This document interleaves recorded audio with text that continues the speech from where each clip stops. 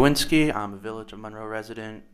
Just graduated SUNY New Paltz with a degree in geography and a very unofficial concentration in planning. I look forward to working here. Thank you. Excuse me. Yeah. Jeffrey, could you introduce yourself again? I don't think I got your audio. Go ahead.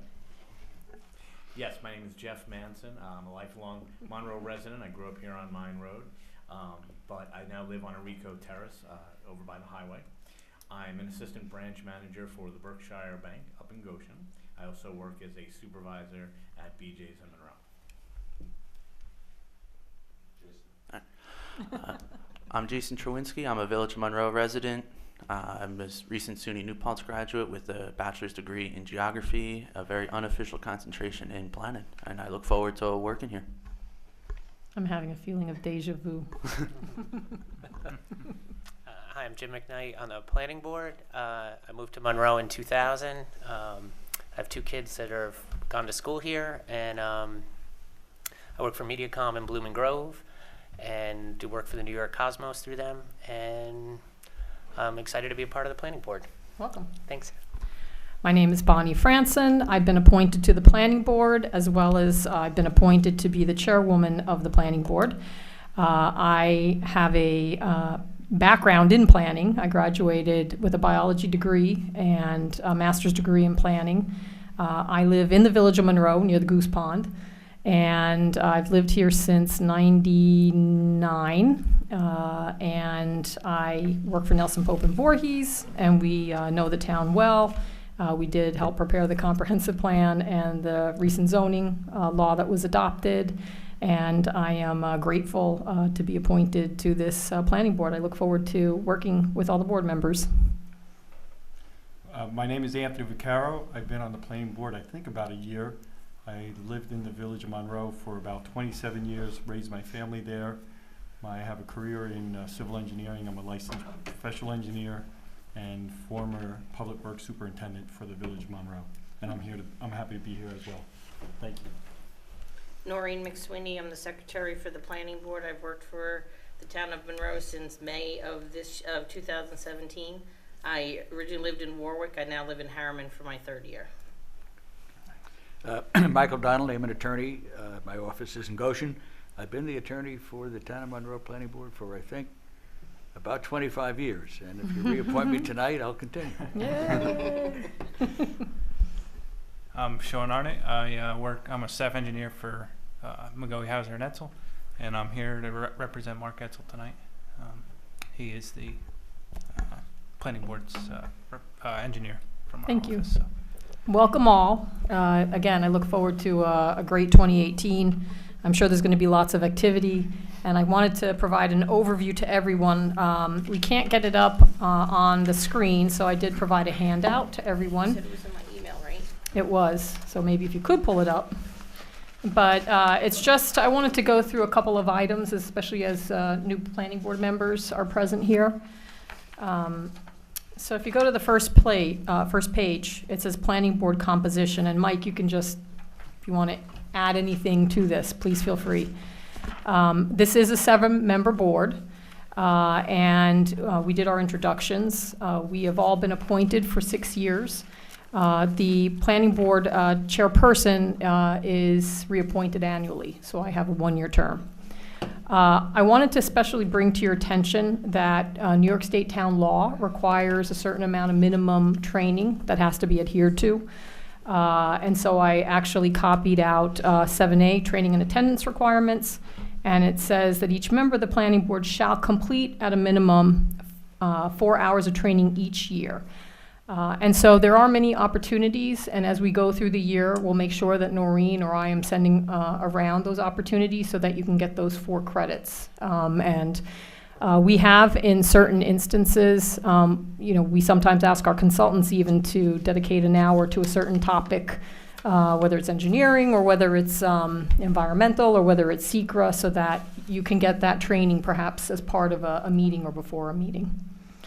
The other is, just so you're aware, voting requirements.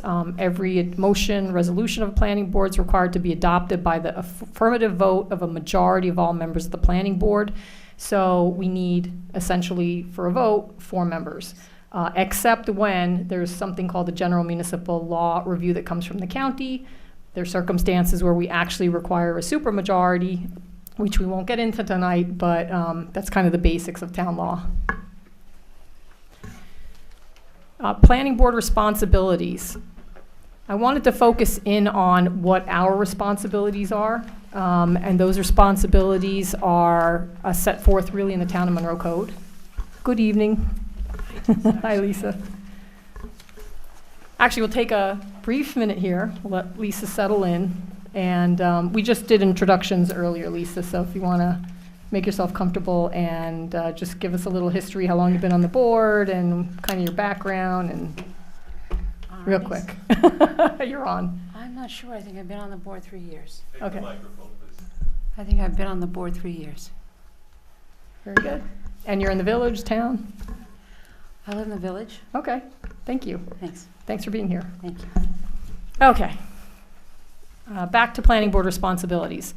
So we review everything in accordance with the Town of Monroe Code, and there are other laws that apply, but really the code is what guides us. And I provided the link to the code in the presentation.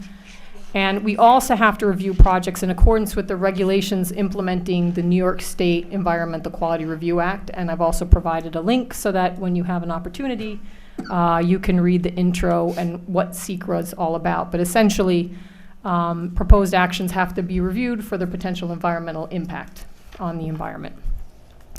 Another key role that we play is that the planning board reviews and decides on subdivision plans. They're guided by Chapter 865 of the Town Code. And just so you know, I added the definition. A subdivision is any parcel of land that's divided into 2 or more lots, plots, blocks, or sites, with or without streets, for the purpose of sale, transfer of ownership, or development. So that's really, anytime we're creating a new lot, a realty subdivision, the planning board is involved in its review and approval. The planning board, under certain circumstances, issues wetland permits. So that's Chapter 56 of the code. And again, I'm mentioning the sections, the chapters, in the event you want to take a look at them in advance, but I think they're typically done, the wetland permits, concurrently while a site plan or other approvals being Most often. application. There are some occasions where they're standalone permits. Okay. But, so that's just part of sometimes an application's review and overall approval, that we also, as a board, have to review the wetlands. And just a shout out to the environmental, the EMC, the Environmental Management Council. We are to rely on them also to help us in reviewing a site and taking a look at sites from the environmental perspective, including freshwater wetlands, species, et cetera. They are to help us in our reviews. Interestingly, I wasn't aware of this, but floodplain development permits. If something's constructed in a 100-year floodplain, a development permit's required, and when it is, if it for any reason is denied, the planning board hears appeals from that denial. So that was kind of new to me, but I guess that's the way the code was set up for the planning board to take on that role. Most of our responsibilities are found in the zoning law for the Town of Monroe.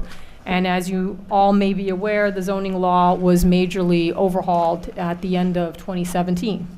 It's Chapter 57. Again, it's available online.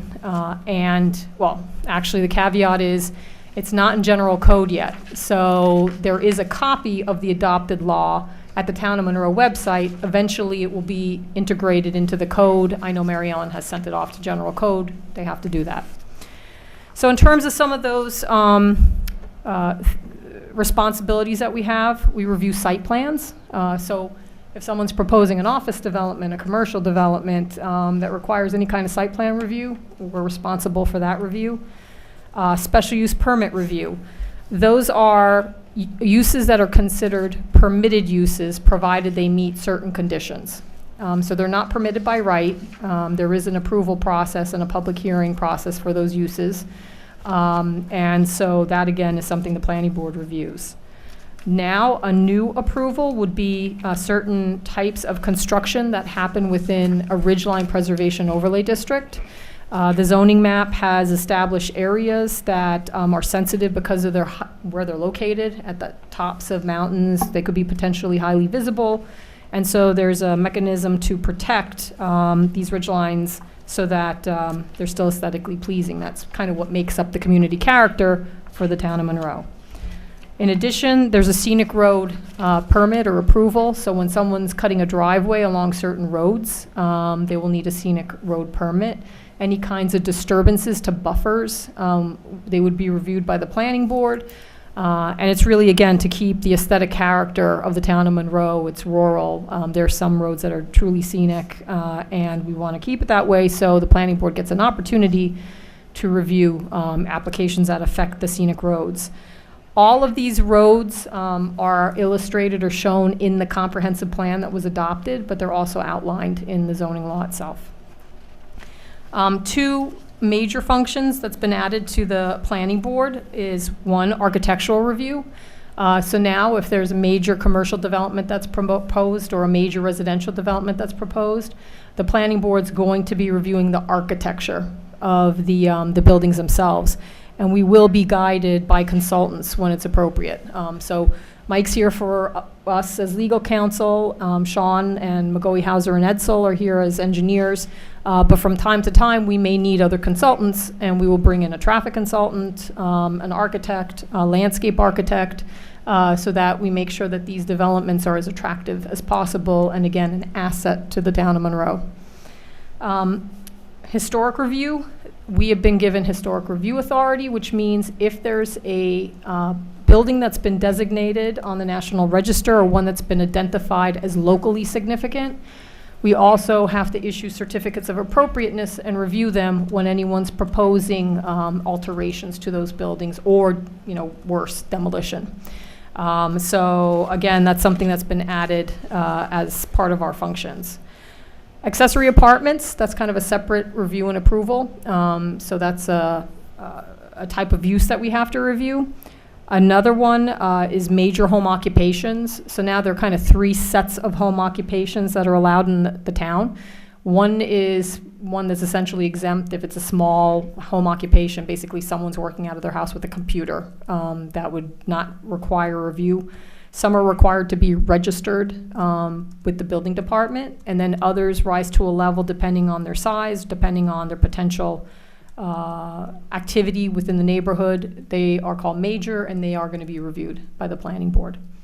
And then lastly, as part of the new tree preservation section of the zoning law, we are also going to be issuing timber harvesting permits as well. So in general, administrative, planning board meetings, we need a quorum to open a meeting and conduct business, so that's 4 members. Is that right, Mike? Yes, Okay. you need 4 of 7, right? Okay. We do meet here for all our meetings, the regular meetings and the workshop meetings, 7 p.m. at the Monroe Senior Center. Our workshop meetings will be the second Thursday. Attendance is required, but workshops are really to kind of talk about the nuts and bolts of a particular application, but it's not necessarily to take action or make certain decisions. And then the third Tuesday, it's a regular meeting, attendance is required, and that's where we may make decisions, adopt resolutions, et cetera.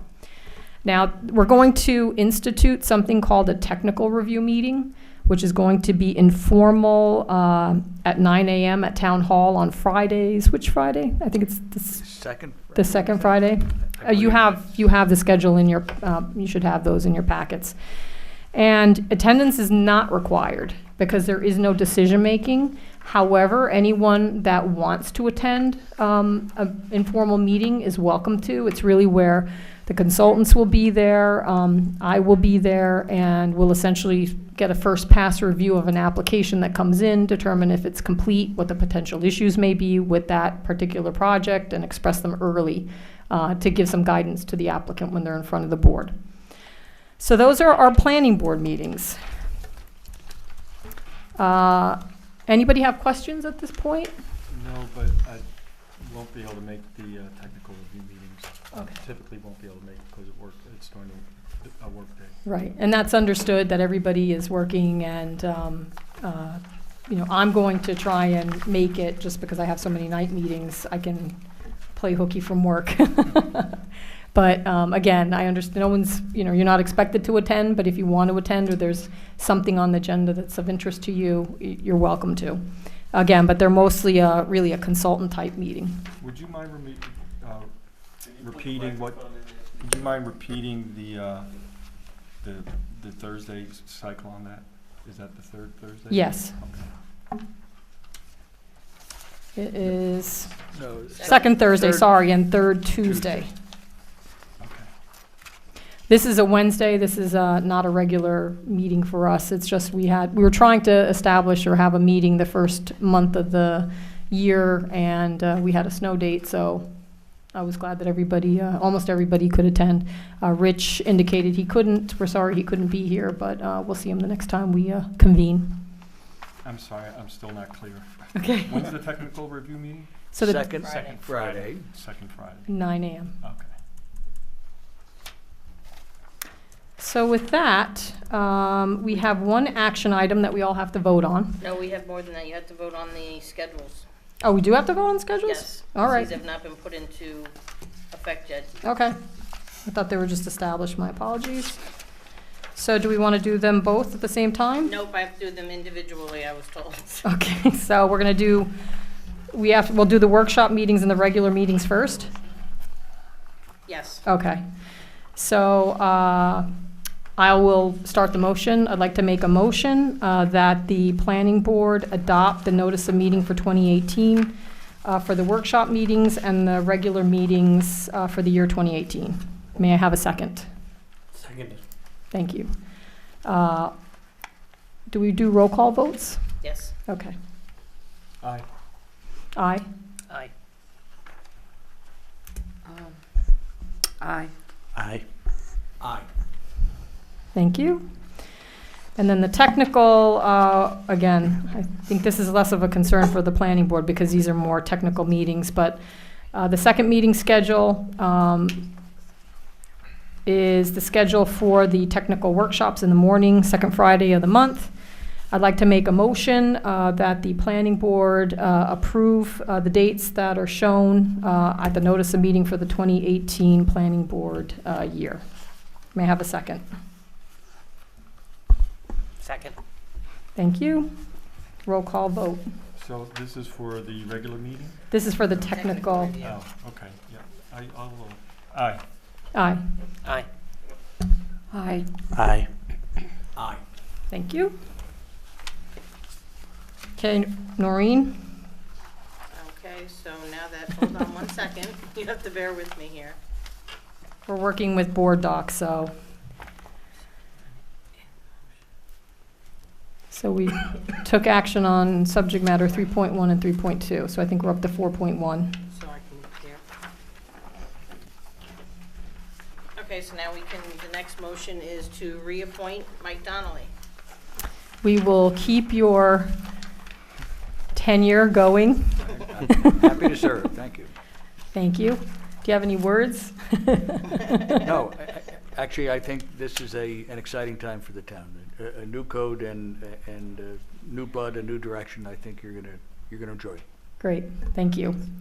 I'll make and I'm not going to always be the motion maker, but just tonight, since it's our first meeting and some of you are new, I'll just make the motions. I'll make a motion that we reappoint Mike Donnelly as the planning board attorney for the year 2018. May I have a second?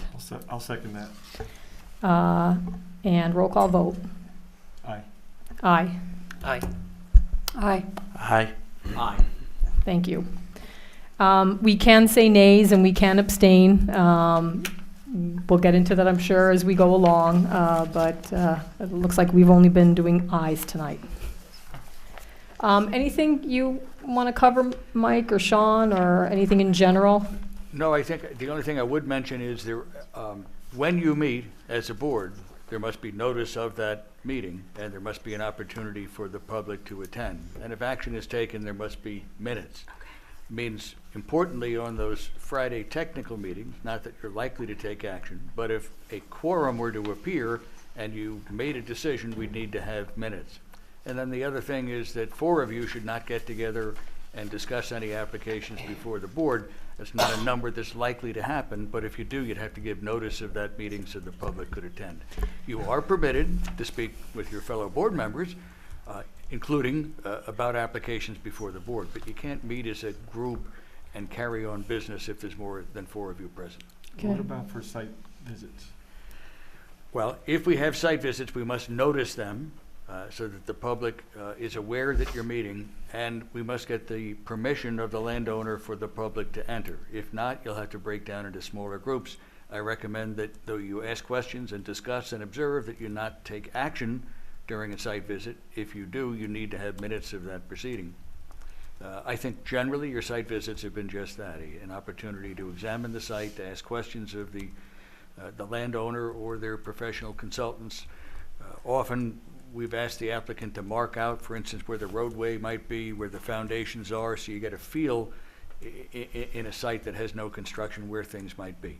And you are certainly permitted to have questions with the applicant, but you should not be making decisions. Should we talk a little about, just briefly, recusals? Is it section 809?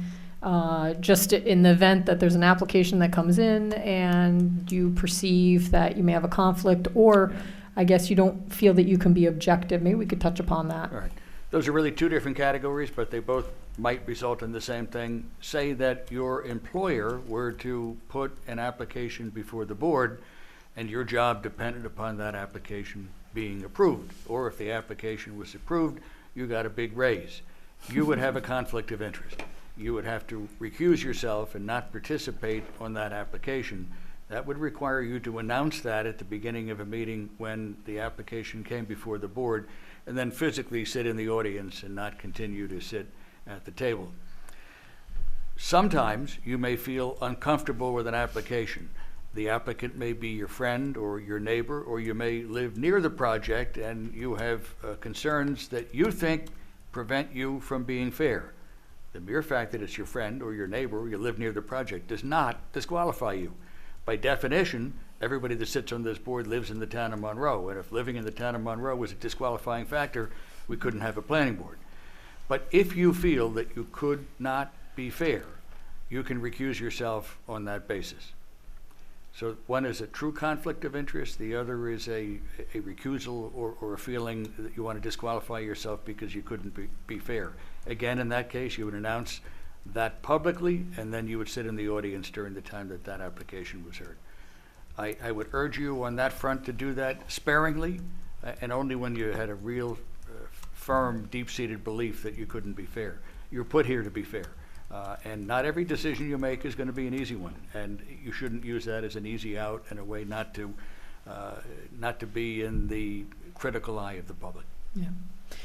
You will be getting packets of memos. You'll receive them via PDF and via email, site plans and subdivision plans and documents that have been submitted to the planning board for review and consideration in the decision-making process.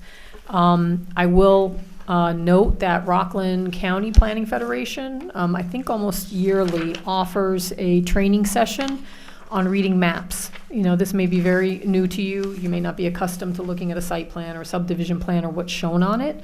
So I would certainly, recommend that, and we'll let you know if there is any opportunities. I don't know if Orange County is. We have done that periodic. There's an Orange County Planning Federation, which is in essence a division of the Orange County Planning Department, but it's also a membership group of all of the municipalities in the county, or most of them participate. And they, at least annually and often twice a year, have educational programs for which you can get credit to satisfy the requirement of that training. It used to be annually they would include a map reading as part of the fall course. I don't know if it's continued on an annual basis or an occasional basis, but certainly we could get some information from them. Whenever they're going to have a training program, they send all the members information about when it is and where it will be held. Most often they're held in Goshen at the Emergency Services Building. Especially when they have a introductory course to the process. It's very much what Bonnie outlined, but a much more detail that would be particularly helpful for those of you who have not been involved in this sphere before. But after that, there may be particular courses on topical issues. And sometimes they bring people from Albany and the Department of State. Often they have local consultants, engineers, lawyers who give those programs. And I think they're worthwhile. They There's usually also- get positive feedback. There's a Dutchess County Planning Federation is very busy, the Westchester County Planning Federation, so there are definitely opportunities. The Association of Towns has a Association meeting of Towns. coming up, President's Weekend in New York Yep. City, where they have courses that also have Right. credit. And then there's a New York State Planning Federation. They're having their annual meeting Saratoga. in April in Saratoga. So if you feel like getting away, taking a few days, learning about planning, you can certainly attend that, and we'll get you information as well. Any more questions? Anything? Are any of those credit hours available through online? There have been. Yeah. I don't know if the Association of Towns used to offer something. We can look into that. I know there have been. I think the Orange County Planning Federation keeps track of what things are. So if we've been an inquiry for new members of what might be available online, I think they could probably give us some information. Right.